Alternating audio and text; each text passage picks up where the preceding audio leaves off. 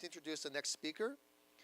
Jennifer Langhinrichsen Rohling is a psychology professor at the University of South Alabama. She obtained her bachelor's degree in psychology from Brown University and her master's and PhD degrees in clinical psychology from the University of Oregon. She completed her clinical internship at the Palo Alto VA Stanford Medical Center and a 2-year NIMH-funded fellowship in marital violence at SUNY Stony Brook. Her research focuses on gender, intimate partner violence, and at-risk adolescents. She has published over 70 empirical papers and book chapters on these topics in journals including Violence and Victims, Journal of Family Violence, Journal of Interpersonal Violence, Journal of Family Psychology, and Psychology of Women. For the past 3 years, she has been developing, implementing, and disseminating data on a domestic violence prevention relationship enhancement program that she has designed called Building a Lasting Love. She has targeted the program towards high-risk pregnant teens and adjudicated male youth. She's also a very nice person, and she returns all my emails very promptly. Ladies and gentlemen, Jennifer Langhinrichsen Rohling.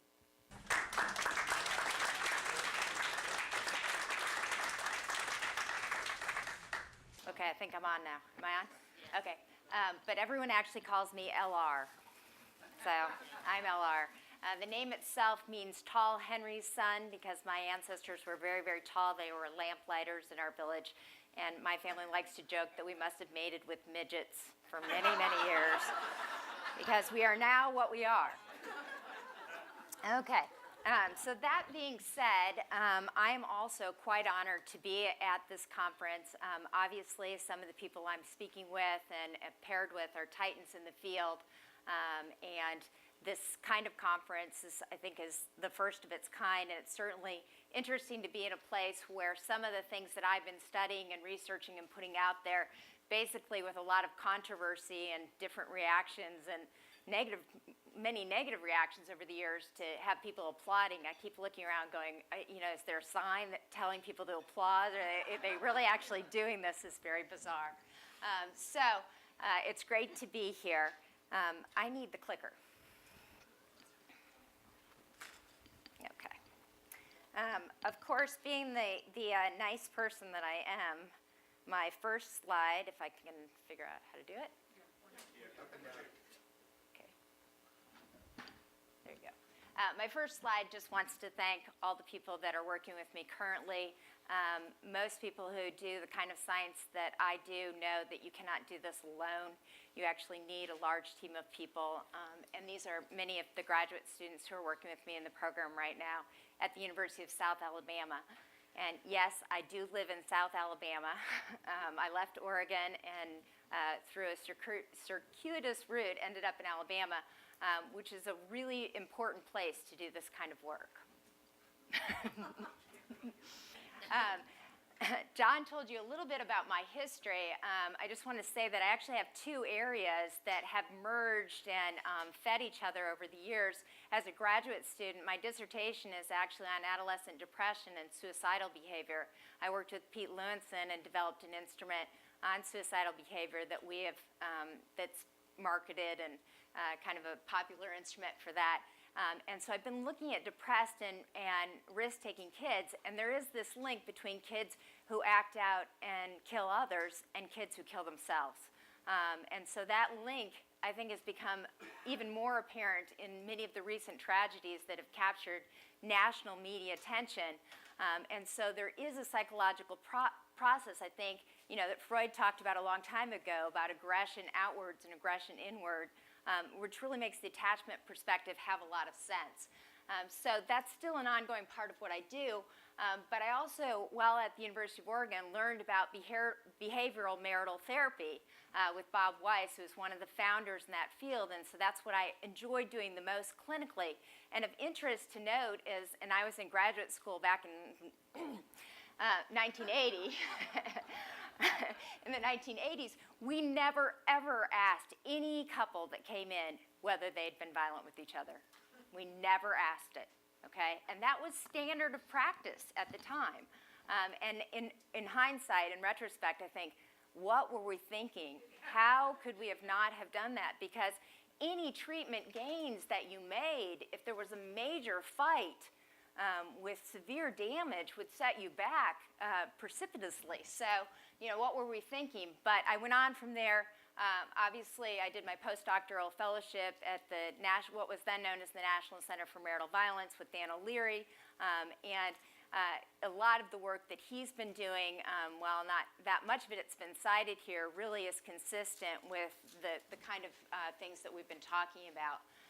And I guess just the little thing I wanted to note in this slide, and then I'm going to move a little faster, is that I actually was part, as a postdoctoral fellowship, I was part of the one big NIMH-funded clinical trial that compared gender-specific treatment for marital violence to couples treatment, conjoint treatment. And I was the therapist. So I'd just gotten out of graduate school, which is often how these things work. And so I ran the women's group, and then my husband and I, although we were not yet married, ran the couples group. And we always joked, were they teaching us how to fight worse, or were we teaching them how to fight better? But we've been married, 17 years, so I guess we triumphed in the end. Okay. Just to let you know that many of the things that have been talked about here, I was part of that literature base, and so that's informed my thinking in developing this program that I've been doing now for 3 years, called Building a Lasting Love, with adolescent teen women. Very early on, I found that women engage in violence in rates equal to men, similar to men, and at that time I went to a conference where I saw Murray being booed by the audience, and found out that the study was one of about 100 at that point. It's now up to 200, and yet there was still this enormous reaction. And what we also discovered, of course, which doesn't seem, my mom said, you get paid to find things like women are injured more than men when boys hit girls, that hurts more than when girls, she doesn't understand this. But actually, this is like one of my most cited publications, that women are more injured than men, right? And what we found, and what continues to be found, is that if you use injury as part of the assessment, but particularly if you use fear, you're going to get a huge gender differential. If you remove fear from the assessment, then things equal up. And I think that has a lot to say about how men are socialized about fear and expressing fear, as much as it has to say about the phenomena of domestic violence. But nonetheless, we went on to look at, we're in the midst of this debate. We also found bidirectional violence is to be very common. In fact, in the 2 studies that I published with this, it was 84% of the violent couples was actually mutually violent. And when you looked at the remaining percentage, it was equal. Women unidirectionally violent and men unidirectionally violent. So right early on, I guess I was socialized by my data, being a scientist, that we have to accept this and understand it, and try to wrap our minds around it, even though the ideology was really against this sort of data. We also did a study I did with a graduate student of mine when I was at the University of Nebraska, and we looked at these subtypes of perpetrators because that seemed to be the answer that people were putting forth. Well, the answer is that there's actually these subtypes of perpetrators, and men, in fact, are these intimate terrorists, or these really aggressive types, and women are not those kinds of perpetrators. But we actually did a large study of college students, asked them lots of different questions, self-report, using the measures, and found that the subtypes even look very similar for males and females. So every time we tried to say, well, the violence is different, the research really didn't support that. Okay. I guess some of the most controversial things that I've done is to go on and say, I think we just really have to, we can't accept the silence in our publication of measuring, we can't not measure what women are doing. We have to measure that too. We have to measure both sides of this because it does seem to be a dynamic equation. And so in 2006, I actually published a paper where I looked at the perpetration of stalking and unwanted pursuit behaviors by women who are in shelter. And most of the women who are in shelter are reporting that they are receiving stalking behavior. So it's kind of unusual to ask them, well, are you doing this kind of thing back in reverse? I wanted to ask them about their domestic violence perpetration, but I was not allowed to. But interestingly enough, stalking is actually a proxy. I mean, it's very associated with other types of violent behavior, so it's somewhat of a proxy. And what we found was, and what I want to highlight in this slide, is that, of course, most of the people were saying they were receiving stalking. I got a group of about 25% saying that they were also engaging in stalking behaviors towards their perpetrator while they were being sheltered and before they were being sheltered. And of those, there were significant differences such that the women who were also perpetrating stalking behavior were reporting significantly more depression than women who were not perpetrating. They were blaming themselves more.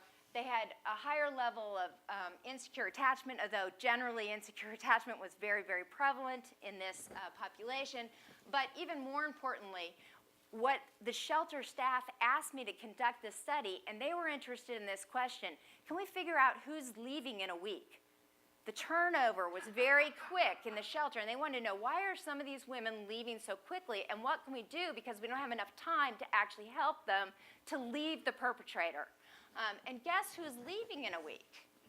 The women who are leaving in a week are those who are actually engaging in some level of perpetration towards their partner. And so I think, you know, at the basic level, I don't actually believe that feminists are all about trying to, you know, make money and keep their jobs. I actually believe that almost everybody in this field is in this field because we care. We care. And we want people to be better. We want better relationships. We want kids to be better. I mean, I don't know anyone who can work with people who are in this much distress and not care. You just get burned out. You quit. You want to go. And they want to know, why are we not helping these women? And what I want to say is because we're adopting one paradigm. And when we adopt one paradigm, that may make sense for one group of women who are sheltered, but it doesn't make sense for this other group. And if we're missing them, we're not going to help. And luckily, someone agreed to publish that. In some of my other work, they don't always agree to even let it be released to the public. Showing you just another study that I did in '98 with some colleagues from Stony Brook, including Miriam Aram's staff, whose name has been brought up several times and whose work is outstanding, and Rick Heyman, who could just as well be here because his research has obviously been instrumental to the field. And we were trying to use data to answer this question of, well, why did they stay? Which now the question's also been turned around, which is, why are some people brave enough to leave, or you know, what motivates some people to leave? Because maybe more people stay, in fact, than leave. And you know, what was being proposed at the time was, of course, they're staying because of fear. They're staying because of their children. Obviously, they're not staying because they're happy. And these are our distressed, aggressive couples. This was '98, so our aggressive couples are those who've received, where the women report receiving at least 2 acts of violence from the man. That's how we defined aggressive. But if you actually look at the data, which we didn't get to include in our manuscript, bidirectional violence was very common in our distressed aggressive group. This gray bar are they're distressed, but there is no violence. Turns out that's a very hard group to find for research purposes. And in fact, if you want to look at one of the #1 predictors of domestic violence in relationships, it's relationship distress. So it's unhappiness with the relationship. A similar study from these kinds of people who are coming to marital therapy found that many of them did not report the violence as a problem in their relationship, and yet on the self-report measures, they announced that, in fact, there was violence going on. So we did a follow-up interview to say, well, you know, why not? Why didn't you say that this was a problem? And they said, well, it's not the main problem to us. The problem is that we can't fight well, we can't get along, we can't communicate. You know, the relationship isn't what I hoped it to be. The violence happens as a result of that.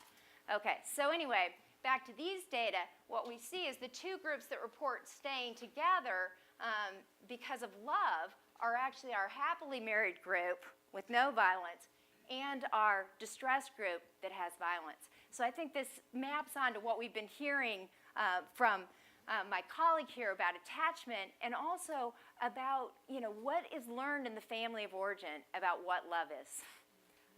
You know, because love has something to do with this, and it may be that there's a mental map for love that gets developed very early in life that actually fits these kinds of relationships, and perpetuates them to a certain degree. Okay. We know, and you've heard already, the risk factors for physical violence. I just want to remind you of this because I wanted to develop an intervention, and so I'm thinking to myself, there are risk factors that are static, that are immutable, that are not very easily changed, and there are risk factors that are dynamic. And I want to do two things. I want to have a good bang for my buck. If I'm going to do an intervention, I want to choose things that maybe can be changed because I'm going to do something very brief. And the second thing I wanted to do was I wanted to target a population where I thought prevention efforts could have the most impact. So where is that point, and where can that be? And I wanted to choose a group where I thought there might be a teachable moment, a window of opportunity. And who are those people? When is that time? Because I think timing in intervention is very important. When are people open to change? They're not always open to change, but there are particular points in time where you go, maybe I should be doing something different. That's when somebody needs to be approaching you with an intervention. So what I did was I looked at the risk factors. Some of the ones that seemed like they could be a point of intervention would be, of course, poor anger management skills, relationship conflict, communication problems, difficulties handling jealousy, stressful conditions, so high levels of stress, and then the neglect and abuse history maybe couldn't do much about that, but maybe could help them kind of conceive of that as, I've got some old baggage, and this old baggage is coming with me in a way that's not helpful to me. What can I do to let go of it or to move with it in a way that's not perpetuating itself? Then I also looked at the Stith et al. Meta-analysis of risk factors, and of course relationship problems are still right up there in the front, but also we see that violence is more likely to occur when you're young. If you look at antisocial behavior, there's this, what do they call it, dampening out of antisocial behavior in your late 20s. Even hardened criminals, a lot of them kind of desist at a certain point in time, and they just go, I don't want to keep going to jail forever, and I guess I'm kind of burned out on robbing people, and it's just over for me, right? Okay, so there's a group of people where that sort of happens. Okay, so when you're looking at these kinds of behaviors, I'm not doing relationship groups with 2-year-olds, but that might be the way to go, right? Because young is more. Also, we haven't talked about the context of poverty, and one of the things you see in the advertisements about domestic violence is it could happen to anyone at any time. It's rich men. You see the businessmen, so on and so forth. But really, when we actually look at rates of domestic violence, it is higher in groups where there's poverty and oppression. And it is related to stressful conditions, which is associated with poverty. We know that cohabitating has some maybe higher rates than marriage, in fact, and there was a longitudinal study done by O'Leary et al. Where they showed that actually the rates of domestic violence before you got married were highest, and then as you got married, they tended to taper off. Now, some would argue that's because you've already proved your point with your fists, so you don't need to keep doing that, but it's possible that the marriage license, instead of being a license to hit, also settles some of those attachment issues down to a certain degree for some people. That would be another way of viewing that same data. And then certainly, we know that domestic violence is associated with an unplanned pregnancy from some of the data that we've seen, and that pregnancy seems to be a time of particular vulnerability to relationship issues, attachment issues, jealousy, security, all those kinds of things. So my read of the literature was that we need prevention programs that are aimed at girls as well as boys, and that target relationship skills, stress management, stress reduction and anger management, and that we need to look at high-risk populations, not just these universal prevention programs that are in the school system. And the kids are getting, I have kids in school, I don't know about you guys, but the kids are getting lots of programs. And teachers are actually really frustrated with those programs. And so, is that the only place that we can find kids where we might have a risk? And in fact, maybe we can do a little bit better effective if we look at trying to find pockets where kids are where they're at particular risk. Okay. You've already heard a lot about this, so I'm going to actually just go through this really quickly. But romantic relationships are a normative developmental process. By 6th grade, about 40% have already said, I like someone in a romantic way. By 10th grade, 50% of kids have been in a relationship that's lasted 2 months or longer, which I believe, if my 14-year-old has anything, sort of normative data, that's about as long as they do last. By 75% by senior year have had that length of relationship. And what's of most importance, and I think somebody in one of the talks I was at said, maybe we're all borderline when we're adolescents. Do you remember that quote? I'm writing notes. I had to write that one down. And that's why. Why is it? Because what we know from some of these developmental studies is that if you look at what's generating really strong emotions for kids in their adolescence years, a lot of the times, a bad grade in school, yeah, that affects some kids, but breaking up with your boyfriend, she breaking up with you, she's seen with somebody else, that's the meat of it. That's the heart of it. So we have good data that these relationships are what are really generating the hot emotional processes for kids. Okay, so dating's normative. And there are some really positive things that go along with dating. A study by Furman, Ho, and Lowe in 2005 said, kids that are dating some, they have higher peer acceptance. Peers tend to think they're more attractive. There's a lot of good things that happen to it. Unfortunately, there's also this downside to dating, which is that girls that date, and the earlier they date, the more likely they are to experience depression. And also there's some depression that goes along with early developmental maturity, physical maturity for girls.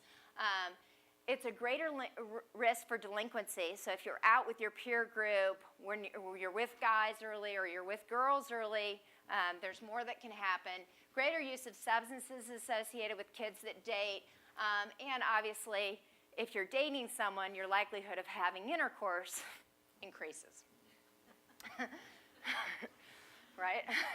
Question? Can I ask a question about that? Sure. I think research shows, and I hope I'm not going to butcher this, but I think research shows that girls who don't have fathers in their home, they're more likely to hit puberty earlier, they're more likely to be dating, they're more likely to be sexual, etc. I wonder some of the findings there. I wonder if it's not necessarily that they're in a relationship, but that they're less likely to have a father, and that those other things are correlated with fatherlessness. Right. And a lot of the research is correlational, so we don't have good experimental designs to be able to make those causal statements. I think that we do know that earlier dating is associated with lack of parental monitoring. So, the less you know, do you know where your kids are right now? Actually, I think I do. But, the more you know where your kids are, that actually tends to slow the process of dating, and that's also associated with the development of conduct disorder. Well, if you look at parental monitoring, it's more difficult to do if you have a single-parent family, and most single-parent families are mothers. So I think all of this data, I totally agreed with the people who are commenting and saying, but, look at these moms being violent. They're home with the kids the majority of the time, even in two-parent families. If there's not a dad in the picture and the mom's solely responsible for kids and living in poverty and in a context of difficulty, if we put dads in that same context, I think the violence rates would be equal again. I think we're all prone to it in certain conditions. That's what I think. So is it possible that those things are associated with having an absent dad, in the relationship? Because otherwise, the perception, and I've had people throw this at me, is that, boys are so bad for girls that they get in a relationship and it brings them right down, and they're going to be depressed and have all these other problems. That just never really made a lot of sense to me. Well, I think, again, speaking to attachment literature, I think girls who have insecure attachments are also looking to develop a close attachment relationship. If they don't have that secure base in their family, they're looking for that. They're needy for that. And so when people start moving into this peer, dating realm, they move quickly. Oh, this might be a place that I can get my needs met. And so they throw themselves into that more heartily than someone who isn't that needy. That neediness is sticking out, from their developmental history. Okay.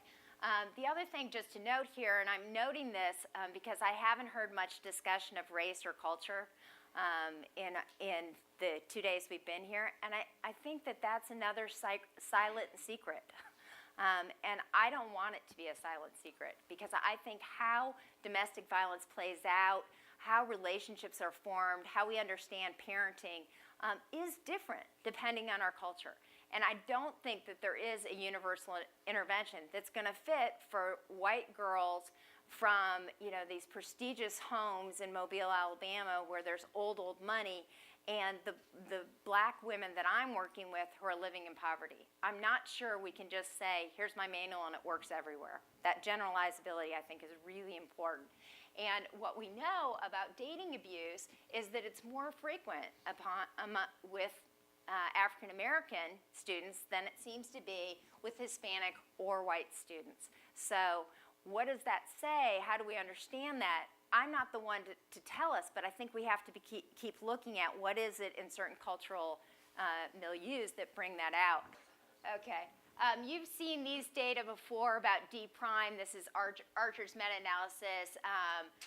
Just want to say that the effect size for dating violence is even stronger for girls being more likely to perpetrate than it is for guys. You've seen that data all day, and yesterday too, so I'll leave that. The consequences of dating violence are significant and intense. The two things that I think, or the three things that I think are really important, is dating violence increases the probability of suicide attempts, and that's important. I think that it also increases the likelihood of sexual activity and sexual risk behavior. That has long-term consequences. And then it also is associated with a higher likelihood of school failure. Now, we don't know the causal relationship of those things, but we do know that if you drop out of school, your trajectory for employment and educational advancement and what happens to your kids and the stressors you face, you're on a different life course. So those things are important. Also from research I've done, we know that dating violence is associated, so in the relationship, if there is dating violence, when you break up, the breakup is more traumatic and difficult, and includes stalking and unwanted pursuit behaviors, and all these other things that then, if you didn't get in trouble with the law during the relationship, you now have a chance of getting in trouble again with the law afterwards, and certainly there are sequelae to those as well. Okay. Just a little bit about the developmental process of sexuality. Again, this is like a taboo. I love talking about taboo topics. I throw them into every talk. We don't talk about adolescents having sex, certainly not in Alabama, because they don't. We have an abstinence program that is perpetuated by our state. We preach it at every school. We never talk about birth control. We're not allowed to talk about birth control, and our kids do not have sex. However, if you look at data that's generated from other places in the country, apparently some of your kids are having sex, okay? And those things for your kids are happening somewhere in the mid to late adolescence. So at this point in time, when they're all borderline, as we heard before, and they're having these intense romantic relationships, one of the ways that they're intensifying is that they're having sex with each other, okay? And I'm sure I'm not the first to have this idea, but nonetheless, I think we have to build that into our equation, because when sexuality is involved, there are also neurochemicals going on with the brain that are highly reinforcing. If you look at your basic Maslow's hierarchy of needs, having sex is pretty reinforcing to many people, okay? And so if you except in Alabama, where it's not happening. I'm saying that again. And So if this is your first time experiencing that kind of level of reinforcement with a particular person, regardless of how suited you are to be with that person, that's going to be additional glue that holds you together. We also know that African American youth, again, kind of understanding a cultural perspective, are more likely to engage in sexual activity earlier than white or Asian American youth, and that urban youth tend to have sexual activity earlier than rural youth.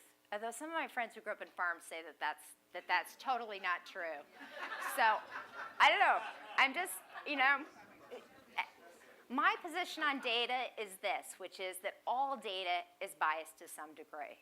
And our job is to try to take it from different angles, try to get as many sources as we can, try to disconfirm our own beliefs as much as we possibly can, because all data to some degree is subject to all these difficulties, right, that we've been talking about. Okay, so sexuality, even though it doesn't happen in Alabama, we do have teen pregnancy.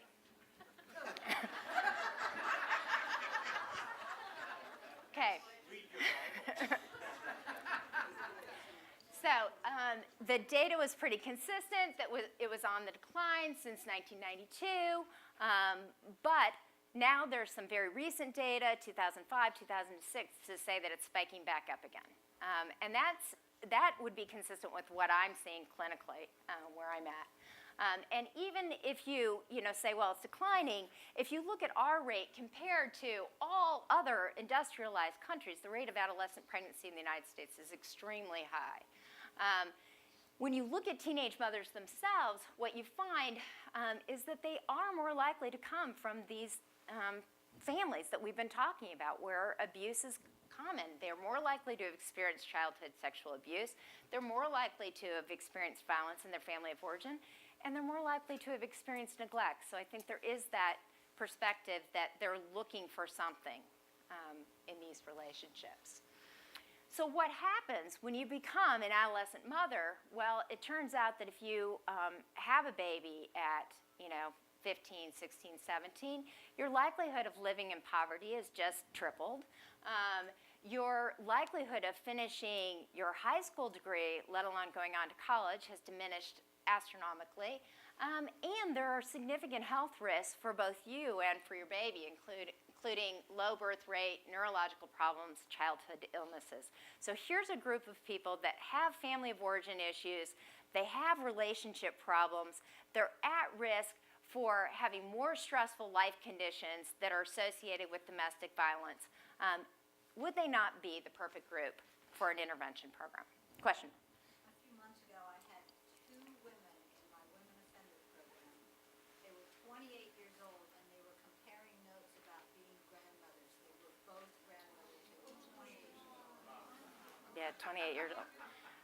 When I was giving birth to my son, and I was 39 when I had my third child, almost 40 when I had my third child. So I'm in the hospital, and I had a C-section, right? The girl in the room next to me was 11 years old. And she's watching cartoons on the TV and didn't come to any of the parent education practices, and I was older than her grandmother. I mean, I was slightly 2 years older than her grandmother. It breaks your heart.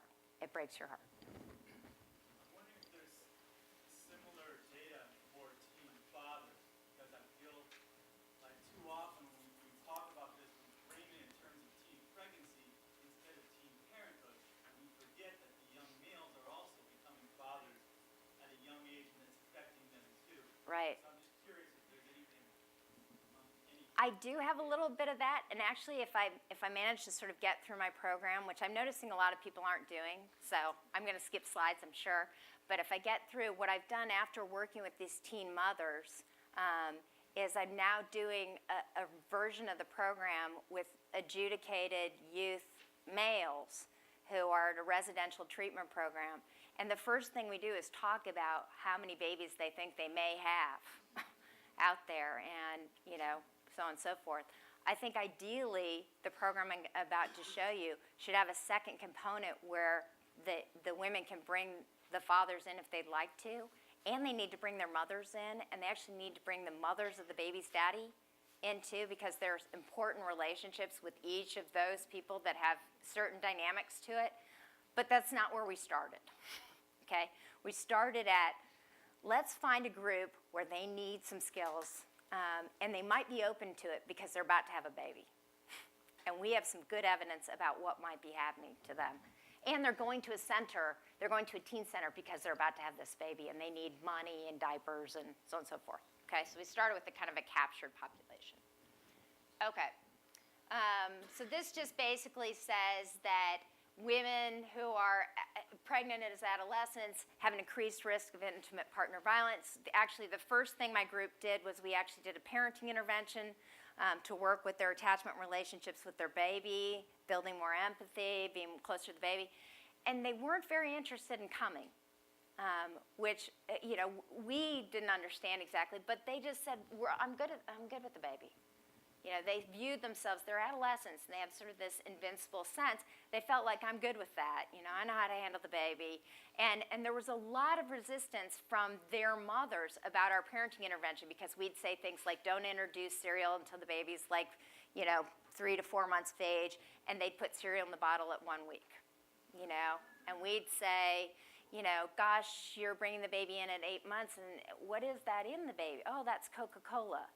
Maybe that's not the best thing. And then they'd say, well, my mom did that with me, and, Coca-Cola is great here. And so we had a lot, the parenting intervention was really difficult. But what they kept saying to us was, what I'd really like is to talk about the baby's daddy and my relationship with the baby's daddy. Because by 8 months, by the time that these women, their babies were 8 months of age in our parenting intervention, they were gone. 60% of the time. They were out of the picture. So they're leaving, and new guys have moved in to the situation. And so there's this turnover, and they're saying, I need to know about dating. I don't want my life to end with this baby. I want to talk about dating. I want to talk about men. I want to talk about relationships, so on and so forth. That's where I feel energy. And again, going to the idea of let's meet them where they're at, and let's tackle a problem at least where there's energy about doing something. Okay, so we just said to ourselves, is it possible that these adolescent mothers are kind of standing at this fulcrum of the intergenerational transmission of abuse and neglect, and also the cycle of poverty? And maybe they would make a good intervention topic. Okay, so I wanted it to be really brief, really brief. And those of you who are doing 52 weeks, I'm proud of you, because I think that takes a lot of stamina with people, and that's probably what they need. However, for a voluntary program, when you're not been identified as at risk to yourself, at least, and you're not mandated to come, and you're living in these, the cell phone numbers change every 3 days for these women. Part of the time I was doing my group was during Hurricane Katrina.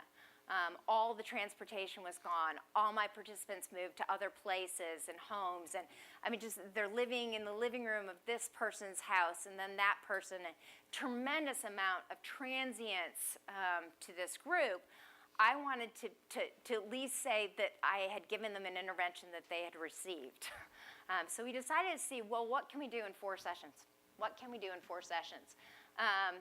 We anticipated a lot of mutual violence, so although we didn't promote our program as targeting their own perpetration, we talked about it as violence prevention, and we talked about it as developing healthy relationships. We knew that we were going to experience that, and we had plans for how to cope with it.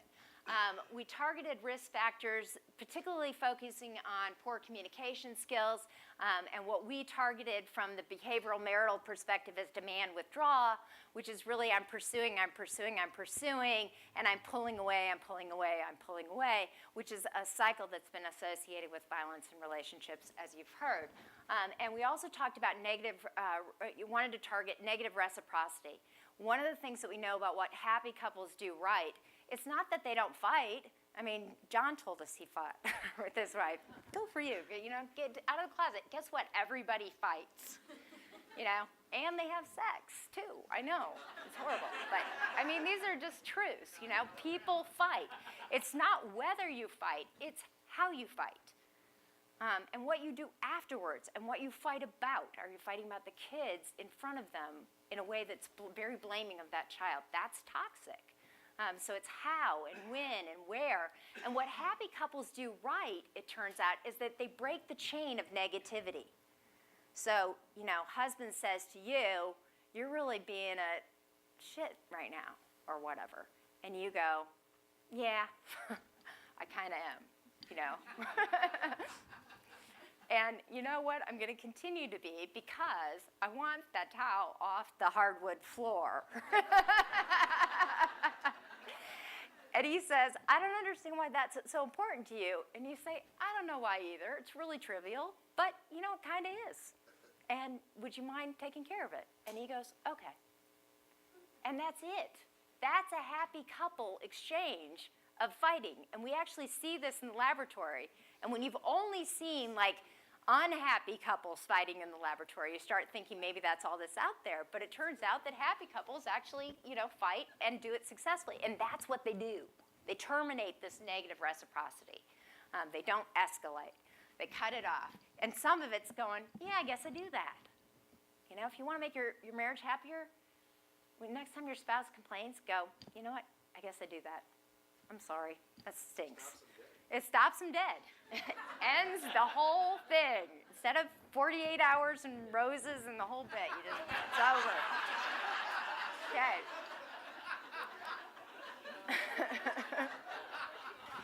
All right, so poor emotional regulation is this second aspect, right, that we're just hearing about over and over and over. They don't know how to regulate their emotions, and the emotions they really don't know how to regulate that are key to adolescence are, I don't know how to be angry. And women, I think, have been done a huge disservice, and I think if we're feminists at all, we have to not only say that women are angry and can be angry, but we need to learn how to cope with it. I mean, let's take it on as an emotion and study it. And there's so few, psychological studies of anger compared to other emotions. I think as a culture, we're very afraid of anger. And yet we all experience it. So we need to learn how to cope with it and regulate it. And then obviously jealousy. Jealousy in this population, I could tell you so many stories, but that's it. And then finally, let's give them some just basic coping skills for stress, since we know they're about to have a baby. And I'll tell you what, happy couples, here's your marital satisfaction. Have a baby? Ooh, there's your marital satisfaction. And guess what? That lasts 18 years. And then they go off, and one of two things happens. You either go back to being the happy couple, which your kids hate, but it's true. You have sex again. It's all this good stuff happens to you. Or you go, oh my God, I don't even know who you are anymore, and there's a second peak of divorce. Okay? Another huge round of divorce happens where you don't know how to recover. Okay? So they're about to have a baby, and we know what that means. That's not going to be not stressful. It is going to be stressful. Okay. All right. So working from the model of healthy romantic relationships, we want each partner to feel sort of a sense of choice about not only their behavior, but who they're partnered with. And we want a relationship characterized by respect, open communication, and fair fighting. Okay. So how are we going to help them get that? Well, I looked at a ton of programs. The one I want to kind of highlight, I guess, is that I looked at and incorporated some systemic modeling. Even though I'm doing targeting an individual, I'm looking at the family system. And then I don't know how many of you know Van Epps' program, Premarital Interpersonal Choices, but the catchy title is How to Avoid Marrying a Jerk. And there's some elements of that program that are really interesting. So like most people, I kind of took a bunch of things that were out there and boiled them down to my own little soup. Okay. And luckily enough for me, what I boiled it down to really was highlighted in a recent review from Whitaker about what are the prevention programs. So he looked at all the prevention programs and said, gosh, there's 11 out there, prevention programs. all of them are targeting people in school. All but one are occurring in the school setting with teachers giving the program. Most of them, or all of them, are universal interventions, which mean they're giving them to every kid. They're not targeting anybody. Most of them are trying to hold on to this sort of feminist power and control, and then putting a little bit of, but you need some skills in, and only 4 measured behavior of any sort, but the majority were brief, so that gave me a little impetus for keeping my brief frame. Okay. So what is building lasting love? Well, I had a pre-intervention assessment, and I'll tell you that I paid them $25 for completing that assessment, and those $25 could be spent at Walmart. They also got baby bucks that they could use for diapers and baby supplies. The 4 sessions, I did sort of 4 different things. First, we just talked about, well, what are healthy and unhealthy relationships? How do you characterize them? What does it mean if you see them across the room and you're instantly smitten? Is that a good thing? Is that a bad thing? We actually pull all these different kinds of things that might have happened to them out of a hat, and they get to sort them. Is this a green flag? Is this a red flag? Is this a yellow flag? And then they debate them. We talk about some safety planning, and we kind of highlight the whole notion of you have choices, right? You have choice about who you're partnering with. You have choice about what you're going to do with this baby. You have choices about what you do on a daily basis. The second session is all about handling difficult emotions. We use a model that says you have to scope yourself out. You have to see how many skills you have. You have to look at your communication style. You have to look at how much old baggage you're carrying around. You have to look at your patterns in past relationships. And then finally, you have to look at how easy are you to be with. Do you know how to be a friend? Do you know how to have empathy for other people? And then we practice handling difficult emotions and what are skills for it. And we use a lot of things that's sort of co-opted from dialectical behavioral therapy about handling emotions and what to do. Then we do a basic communication session about how do you fight, what are fair fighting techniques, how do you have a speaker, how are you a listener, and that's one of my favorite sessions because they go, oh my God, I never listened to anybody. One of the common things is we don't listen, right, and that you have to do both. We talk about communication being both verbal and also nonverbal, and what do we really pay attention to, and how can you make those things congruent, and does he really know what you think or feel, or do you have to tell him? And if you tell them, what does that mean? How vulnerable are you? And how do we cope with that? And then our last session is all about stress management, how to cope with stress management. Basically, you're about to have a baby. How are you going to take care of yourself? What do you have to do to make this okay so you can be in a good space to handle this major change that's coming up? Then we do a post-intervention we also pay them $40 for. Okay, these are the principles. Pretty much nothing new here, other than, we say right out that the key to a good relationship is good communication. It's not just sex, which they laugh, but then they say, but isn't it really good sex? We talk a lot about it takes time to build a lasting relationship. Adolescents are not very time-oriented. They want it now. They're already, pretty far along with this guy and with this pregnancy, and so we talk about building things well means building a good foundation. What does that really look like? Compromise is part of every relationship. They fight that tooth and nail. We're hopeful. We say, you know what? It doesn't have to be this way. You can actually change it, and you can change yourself in this relationship, and if you change yourself and you are different, other people will respond to you differently. We get right out there. They don't like this either, but we talk about, that whole mindset of that you were talking about how they make this deal. Well, we're not going to fight ever again. Well, no one can. That's a deal with the devil. You cannot make that deal, right? And so we just talk about you're going to fight. I don't care what you say. You're going to fight. So we have to figure out how to make it as quick and as painless and as least lethal as possible. And then we get right out there and say, and I'm going to tell you, I think violence is unacceptable in any relationship, but it's even worse when you're doing it to the people you love the most. And then they say, but what about, and how come, and or I do. I play devil's advocate with them, and then we talk about that, and we go through these every time, every session. Okay, so I'm just going to tell you in 5 minutes, I think, what I'm finding with the program. So it's one thing to have a program, but does the program actually work? Many people who are working with the kind of women I'm working with get about 40% completion or 50% completion. I'm getting 70% completion, and I think partly that's the strength, the force of my dominant personality. I get them in there to the session. I actually do the therapy. I have a group that does the evaluation piece. I do the therapy piece. But it's partly because it is brief. And so that's important to them. You can see on my control group, I've got about the same. I've got about 72% completing, so there's no significant difference in my completion rates between my treatment and my control group. Of the 80 women, about 75% of them were, or 75 of the 80 were African American, 3 were white, and 2 identified themselves as others. So where I'm working as a minority population primarily, the mean age was 17 years, but had a number of 18-year-olds, obviously, and 17-year-olds, but I had a girl who was 14, 15. And then a key thing here is the majority of my participants are living in poverty, and in fact, 72% or something of them are saying that their household income is less than $10,000 a year. And the average number of people in their household is between 5 and 7 people.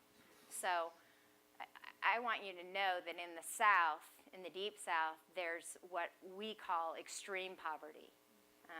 And there's poverty, and then there's extreme poverty. And it's really a whole nother kettle of fish. Okay. And that's the women I'm working with. Okay. Just to say that I did look at attachment styles, I did. And just as was pointed out before, there's not very many secure attachment styles going on in my population. And what I'm getting is a lot of avoidance. So a lot of avoidance attachment. So I'm getting the 2 attachment styles where avoidance is a big deal. And by that, they're really saying things like, I prefer not to show a partner how I feel. I'm not very comfortable being close to people. I mean, they're just terrified of the other. I'm looking the wrong way. There we go. Okay, so very similar. When you look at the treatment completers, they didn't differ from my sample to start with.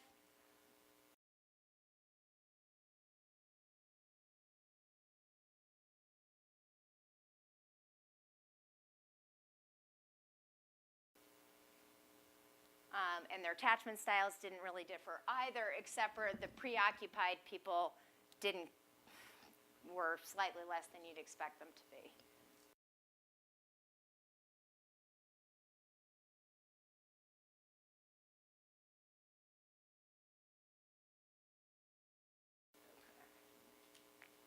Okay, this is just, did you learn something new? I want to say the program was very well received by these participants because it's a scale of 1 to 5. A 5 means everybody said they learned something new. I'm getting mean ratings of 4.6 from adolescents. That's pretty good. Happy with that.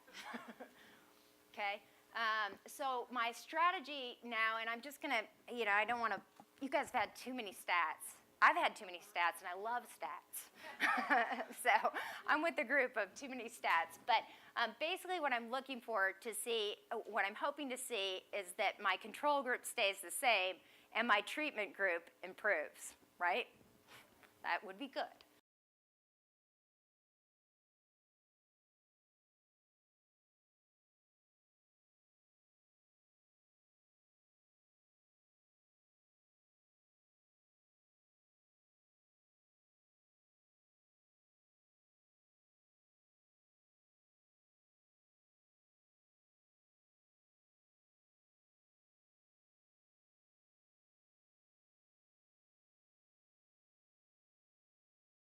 Okay, and I'm hoping they're going to improve in a lot of ways, and these are some of the ways. So let's see what happens.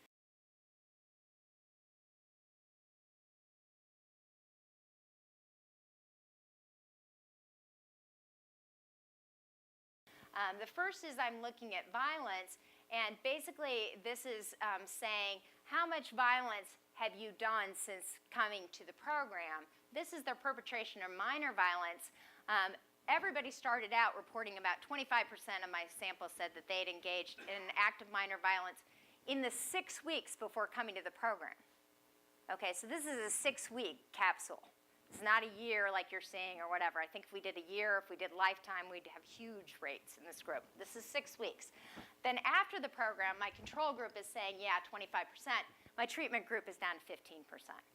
Now, am I in love with that number, that 15% of them are still engaging in minor acts of violence? No, but is that a significant difference? Yes. Okay.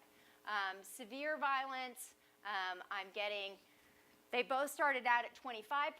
By the time I do my second round of evaluation, my control group is now reporting 35%. So they've actually gone up 10%. And my treatment group has gone down to 15%. That difference is also significant.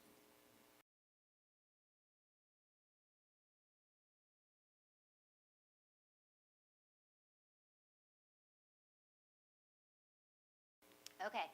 Then I looked at how much they're receiving, the minor violence that they're receiving. I get the same phenomena. I get a drop from both groups from 25% again, but I get a huge drop from my girls.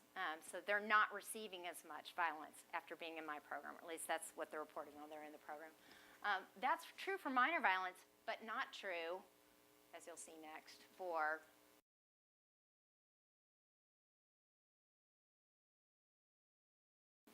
severe violence. But those differences aren't significant. I mean, this is 8% versus 8.9% versus 9.2%. They're actually, in data terms, kind of on top of each other. But that's not helping them be protected against severe violence, which goes back to the point before of, do we need these boys in this treatment? Yeah, we do. Okay. The program helped them, so my treatment group, this is what they said at pre, so they're not even in the program, they're going, yeah, it's a good program, it's helping me, right, at pre. But then they're actually in the program, they say yes, and the people in the waiting list are like, what program? I'm not getting a program. So that's significant.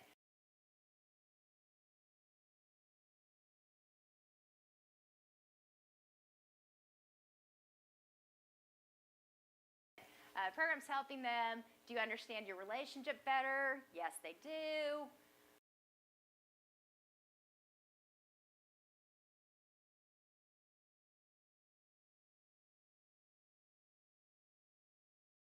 Do you understand your partner?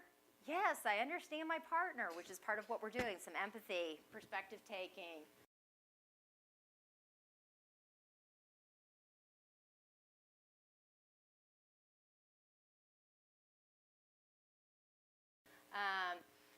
I'm going to skip over this, but to say this, which is when you actually split them into their interaction patterns, it turns out the effects are slightly different depending on your attachment style to start with. And that may, in fact, be an important take-home message that these attachment styles are differentially predicting how they're going to relate to a relationship-based treatment. Okay. Do they handle stress better? Interestingly, my treatment group says no afterwards. And we do this whole thing about where does stress manifest in your body and so on and so forth. And after we're done, they go, I don't think, and this is the last session they have, they go, you know, I thought I handled stress really well, but I'm not sure I do. And I'm pretty nervous now about having this baby, and I maybe need to get more support and stuff. And my control group's like, yeah, I handle it even better than I thought before the treatment started.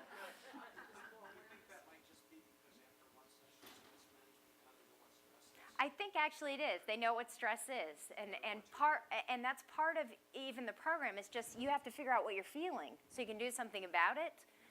And so just even labeling I'm angry, I'm sad versus I'm sad versus I'm jealous is very difficult for these women.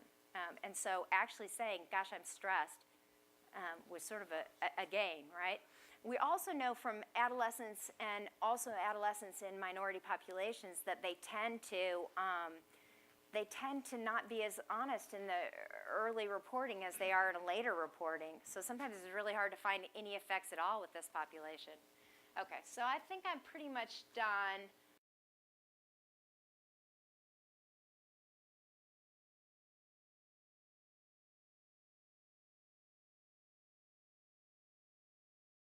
These are more just attachment.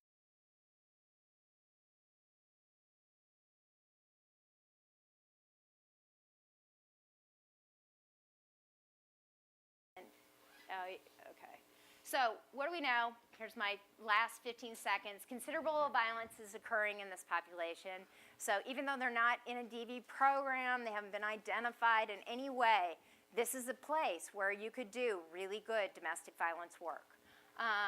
Rate of secure attachment is very low. Relationship avoidance is extremely high. Here's this really brief intervention, but you know what? They really liked it. They really liked it, and they came to it, and they actually have some significant differences suggesting that it's helping them, which I don't know about you, but I was really encouraged that we could make a difference. Maybe we can make a difference, and we need to actually be finding out how we can do it, okay? Obviously, having some observational measures would be better. We actually have videotapes of all the groups, much like you've been videotaped during these sessions. But then the question is, how do we analyze how you liked everything, right? Okay, and attachment style. So that's it. That's all I have to say. Thank you.